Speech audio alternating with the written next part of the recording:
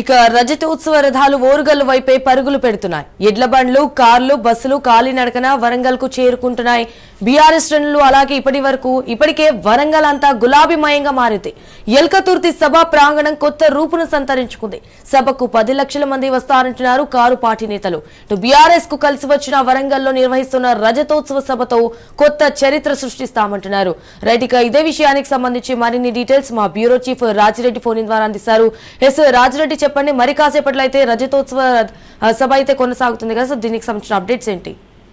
Erravelli farm house నుండి మాజీ ముఖ్యమంత్రి కేసీఆర్ హెలికాప్టర్ లో ఆ సభా స్థలి దగ్గరికి చేరుకుంటారు. ఎల్కతుర్తి వెళ్తారు. అక్కడికి వెళ్ళిన తర్వాత బీఆర్ఎస్ ముఖ్య నేతలతో భేటీ అవుతారు. సభా ప్రాంగణానికి 7 గంటలకు చేరుకుంటారు. 7 గంటల నుంచి 8 గంటల వరకు మాజీ ముఖ్యమంత్రి బీఆర్ఎస్ అధినేత కేసీఆర్ స్పీచ్ ఉండబోతుంది. అయితే కేసీఆర్ స్పీచ్ ఎలా ఉండబోతుంది, ఏం చెప్పబోతున్నారు అనేది ఆసక్తికరంగా మారబోతుంది. ఎందుకంటే ఎన్నికల తర్వాత భారీ స్థాయిలో నిర్వహించేటువంటి భారీ బహిరంగ సభనే బీఆర్ఎస్ 25వ ప్లీనరీ సందర్భంగా ఎల్కతుర్తిలో భారీ బహిరంగ సభ ఏర్పాట్లు చేస్తున్నారు. పెద్ద ఎత్తున ఆ జనసంద్రం ఇప్పటికే తరలి వచ్చింది అక్కడికి. ఎందుకంటే తెలంగాణలో కాంగ్రెస్ అధికారంలోకి వచ్చి 16 నెలలైంది. బీఆర్ఎస్ అధికారం కోల్పోయి 16 నెలలైంది. అయితే పూర్తిగా కేసీఆర్ కాంగ్రెస్ ప్రభుత్వ విధానాలను ఎండగట్టడానికి సిద్ధమవుతున్నారు. 16 నెలల పాలన ఏ రకంగా ఫెయిల్ అయిందో ప్రజలకు కళ్ళకు గట్టినట్టు వివరించే అవకాశాలు కనబడుతున్నాయి. అందుకే పెద్ద ఎత్తున జనసంద్రంగా ఎల్కతుర్తి మారింది. పెద్ద ఎత్తున ఎక్కడ నుంచి చూసినా గానీ పూర్తిగా గులాబీమయమైపోయింది. దండుగా ప్రజలు కలిపారు. జనసంద్రంగా మారిపోయింది. ఏ నోట చూసినా కేసీఆర్ కేసీఆర్ కేసీఆర్ అనే మాట వినబడుతుంది. అంతేకాకుండా కేసీఆర్ వచ్చి ఏం మాట్లాడతారు, ఎలాంటి ప్రసంగం చేస్తారు, ఏం చెప్పబోతున్నారు అనేది కూడా ప్రజల్లో ఆతృత నెలకొంది. ఎందుకంటే కేసీఆర్ చాలా రోజుల తర్వాత బహిరంగ సభలో మాట్లాడము, అందరినీ ఒక రకంగా ఏం మాట్లాడబోతున్నారు అనే ఉత్కంఠ మాత్రము నెలకొంది. అందులో భాగంగానే ఈ రోజు పరికాసేపట్లో కేసీఆర్ చేసుకునే ఎల్కతుర్తి సభ ప్రాంగణం మొత్తం కూడా జనం కూడా యావత్ తెలంగాణ జనం కూడా కేసీఆర్ ఎప్పుడు చేరుకుంటాడు సభ వద్దకు, ఏం మాట్లాడతారు అనేది కూడా ఉత్కంఠ నెలకొంది. అందులో భాగంగానే ఎల్కతుర్తికి హెలికాప్టర్ లో మాజీ సీఎం కేసీఆర్ రాబోతున్నారు. బీఆర్ఎస్ అధినేత రాబోతున్నారు.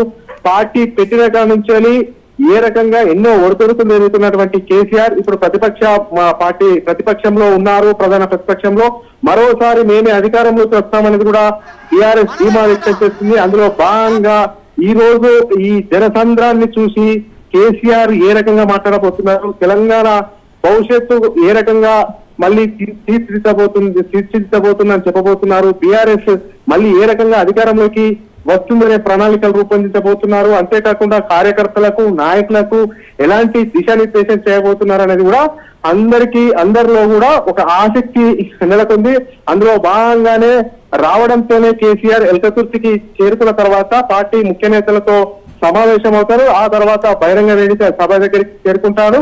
ఆ తర్వాత కేసీఆర్ స్పీచ్ 7 గంటల నుంచి 8 గంటల వరకు కొనసాగే అవకాశం ఉంది అనేది కూడా బీఆర్ఎస్ వర్గాల్లో చర్చ జరుగుతుంది. అయితే పార్టీ ఆవిర్భవించినప్పటి నుంచి ఇంత జనం ఎప్పుడు రారు, ఇంత తండోపతండాలుగా జనం తరలి వచ్చారు, అసలు భూమి కూడా కనబడదు, అంత భారీ ఎత్తున కూడా జనాలు తరలి వస్తారు అనేది కూడా బీఆర్ఎస్ నేతలు చెప్తున్నారు. అయితే పూర్తిగా ఈ యొక్క బహిరంగ సభను అటు బీఆర్ఎస్ ను ఇటు కాంగ్రెస్ ను రెండు పార్టీలను డ్యామేజ్ చేసే విధంగా తెలంగాణకు బీఆర్ఎస్ శ్రీరామ రక్ష, తెలంగాణకు లోకల్ పార్టీయే కావాలి అని పెద్ద ఎత్తున సంకేతాలు పంపే అవకాశం ఉంది. బీఆర్ఎస్ టర్మ్ లో 10 సంవత్సరాలు అధికారంలో ఉన్నప్పుడు బీఆర్ఎస్ టర్మ్ లో ఏవైతే అభివృద్ధి సంక్షేమ కార్యక్రమాలు చేశారో అవన్నీ కూడా ప్రజలకు వివరించే అవకాశాలు కనబడుతున్నాయి. అంతేకాకుండా కాంగ్రెస్ ప్రభుత్వ వైఫల్యాలు ఏ రకంగా ముఖ్యమంత్రి రేవంత్ రెడ్డి ఏ రకంగా హామీలు ఇచ్చినాయి, మాట ఏ రకంగా దాట వేస్తున్నారు అవన్నీ కూడా వివరించే అవకాశాలు ఉన్నాయి. అటు జాతీయ పార్టీలు నమ్ముకుంటే తెలంగాణ అభివృద్ధి చెందదు, ప్రాంతీయ పార్టీ అయినటువంటి తెలంగాణ రాష్ట్రం ఏర్పాటు చేసినటువంటి పార్టీ అయినటువంటి తెలంగాణ రాష్ట్ర కుటుంబ పార్టీ బీఆర్ఎస్ శ్రీరామ రక్ష అనేది కూడా ప్రజలకు సందేశాన్ని ఇచ్చే అవకాశాలు అయితే స్పష్టంగా కనబడుతున్నాయి. Sanjana. Right Rajireddy, thank you for the updates. తుపాకీ తోటాలకు ఎదురొట్టి నిలిచాము, తుపాకీ తోట